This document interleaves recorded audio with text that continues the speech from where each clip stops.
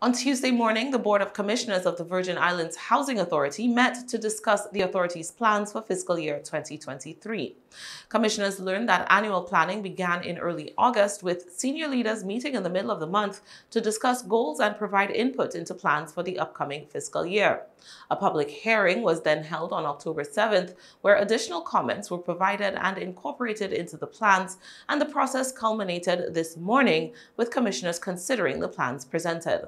We have two plans, one to improve the buildings and also one to invest in the residents and applicants, and that is the Bright Path program or initiative to improve upon the individuals. What's not in here is also our plans to improve the staff, and that is the training programs that we have embarked upon to ensure that our employees have the most recent knowledge possible to improve upon their efficiency and effectiveness in their positions.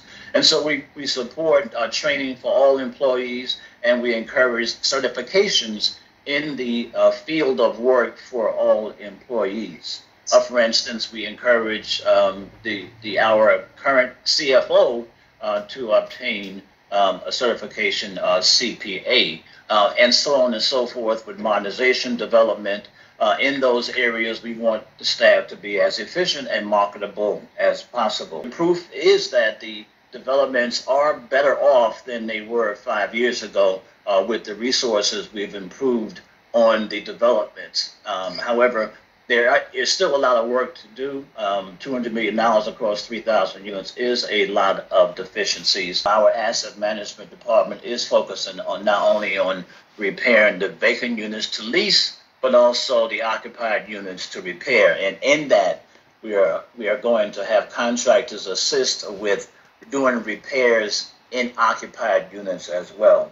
Executive Director Robert Graham told commissioners that the presented portfolio redevelopment strategy only represented the first of a 10-year plan, with units beginning to come online in fiscal year 2023.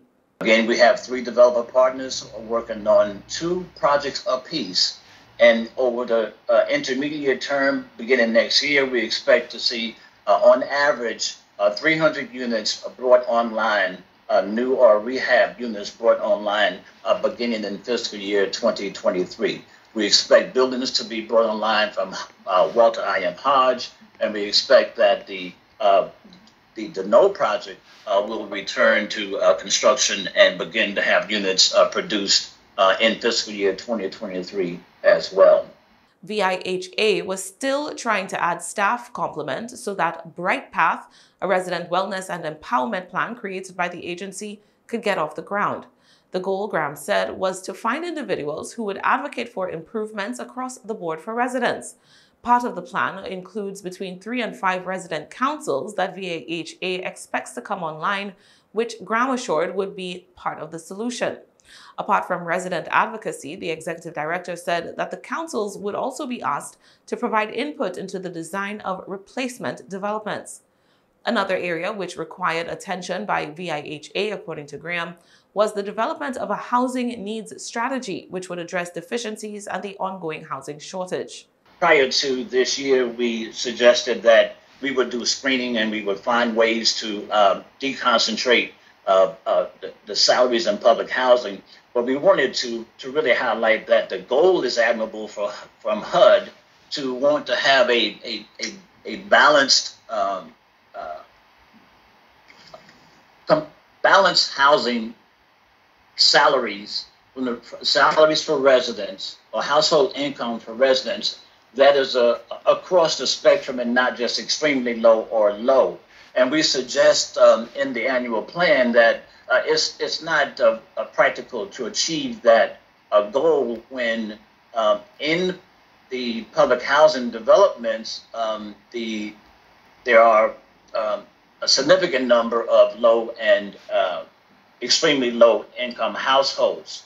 And that is also reflected in the waiting list. So if the waiting lists have the same proportions or composition that we have in public housing, that if 80% of the individuals are low and extremely low, it is very difficult to achieve deconcentration. And the only way to really achieve it would be to increase the household income through training and jobs. And we are working with the Department of Labor and their skills for today to do exactly that.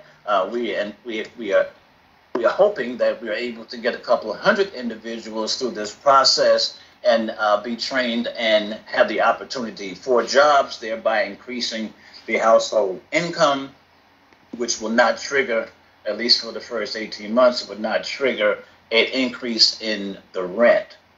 At the end of the meeting, the Board of Commissioners did approve the VIHA's annual plan despite Chair Noreen Michael not receiving an answer to an inquiry concerning modifications to the range of yearly income for residents in low-income housing. By that point, there were concerns about the lack of a quorum because at least one commissioner had needed to leave the meeting. Ultimately, it was decided that the question would be answered at the next meeting so that the response could be placed on record.